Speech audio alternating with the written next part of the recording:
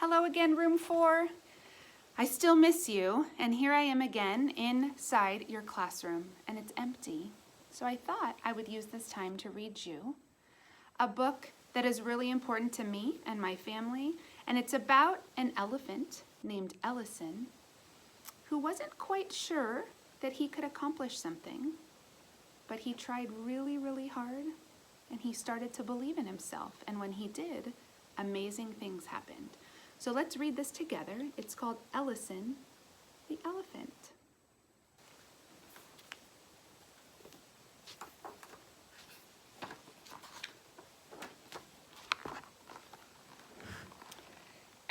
Ellison was an elephant, a little elephant, and young. He was a young and little elephant, but not a baby elephant. His friends and his sister Edna could all make their trumpet blasts like other elephants.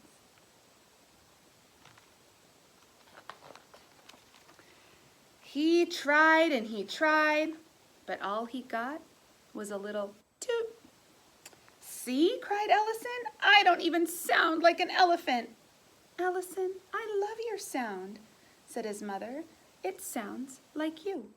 Well, I don't want to sound like me, Ellison answered. I want to make a trumpet sound like everybody else.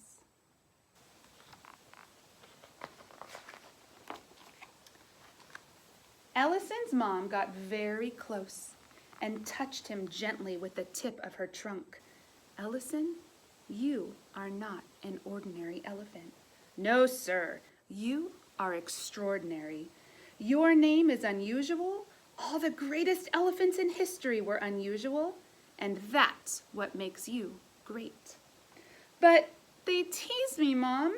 Now, Ellison, one day they'll all want to be just like you. In the meantime, you're an elephant. You need to have thick skin. With this, she gave him a motherly squeeze.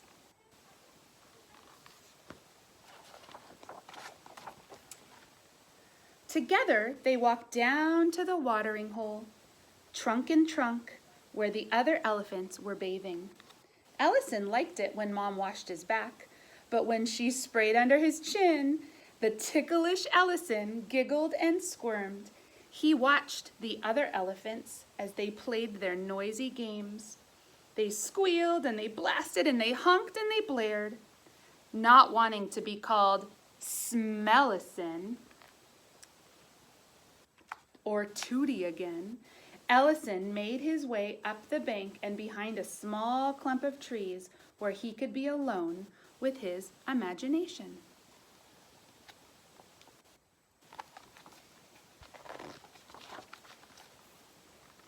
There, he tried and tried to make that wonderful grand call that came so easily to everyone else. He filled his cheeks with breath, and he threw his big ears forward, but all he got was a little toot. Full of despair, Ellison stomped and stormed until he stumbled right over a bush. That did it! He kicked that little bush and pulled it from the ground, and he shook it with his trunk.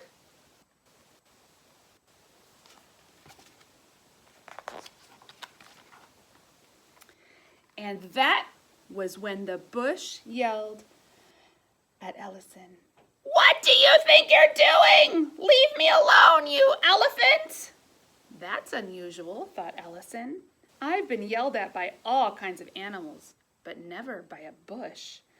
I'm sorry, little bush, Ellison apologized. Are you okay? Then, out of the bush, dropped a pesky weasel. Don't let it happen again, Smellison, he yelled, and he waddled away.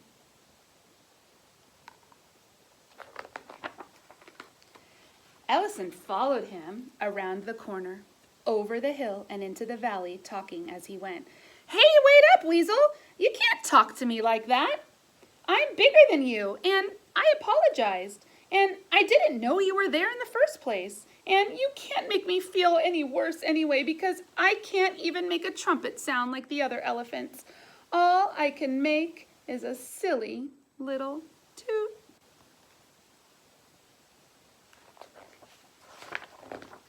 The weasel stopped in his tracks, and he turned around to look at Ellison. "Okay, do it." "Do what?" asked Ellison. "Your sound," Weasel answered. "Stop whining about it and let's hear it." "Fine," agreed Ellison, and he blew a sad little sound. The weasel shook his head. "Yup, that's terrible. I'd be mad too." And he disappeared into the hole in the ground.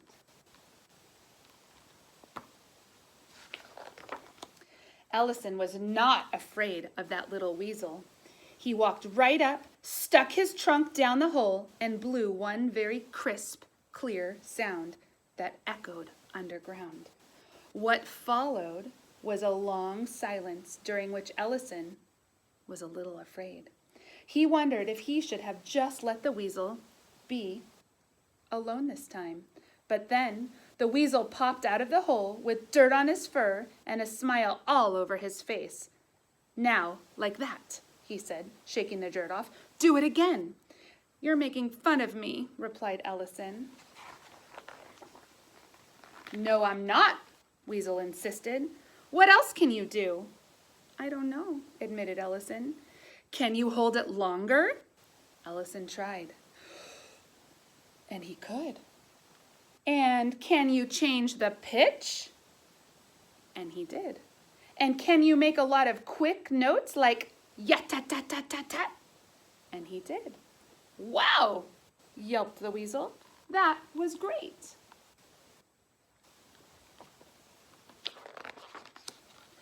Okay. Now close your eyes and look inside. When you find your voice, let it out." Ellison had no idea what a voice should look like, but he closed his eyes and he looked inside. And he looked and he looked and he looked until he found it. It looked like nothing he'd seen before, but he knew it right away. It was his very own voice. Ellison's legs felt stronger and his heart grew bigger.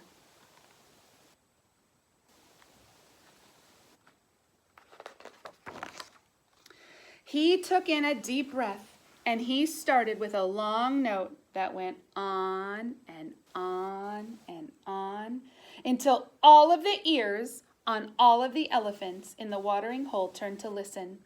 They set out at once in search of that most extraordinary sound.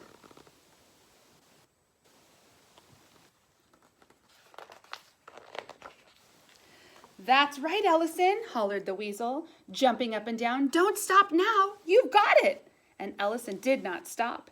He made every sound that came from inside, and it formed a tune that made him dance. When the other elephants spied him from atop the hill, they saw and heard what they'd never seen before.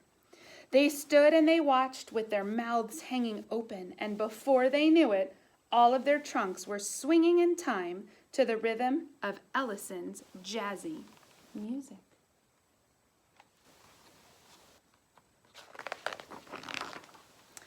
When he came to the end of his brand new tune, Ellison opened his eyes and saw and heard the whole herd. They rushed downhill to see the elephant who invented music.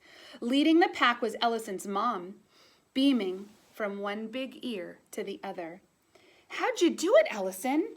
"I had help, Mom, from the weasel." "A weasel?" asked Mom.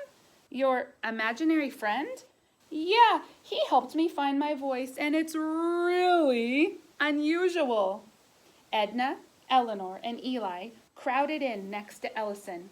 They begged, teach us, please." Everyone wanted to be as unusual as Ellison.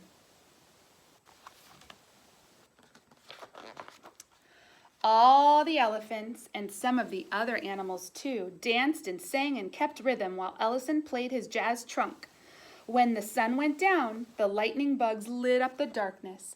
All night long, animals came from everywhere to hear the unusual elephant with the extraordinary sound.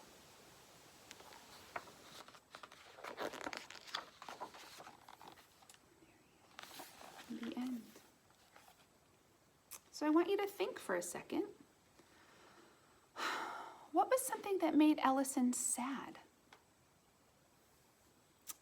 And how was it that he was able to become happy? Who helped him, or what helped him? What was he able to do at the end of the book that none of the other elephants were able to do? I bet you guys have the answers to all of those questions. I'm really, really, really missing you, and I'm hoping that reading these books to you are helping you feel a little bit more like you're inside room 4. And I can't wait to see you guys soon.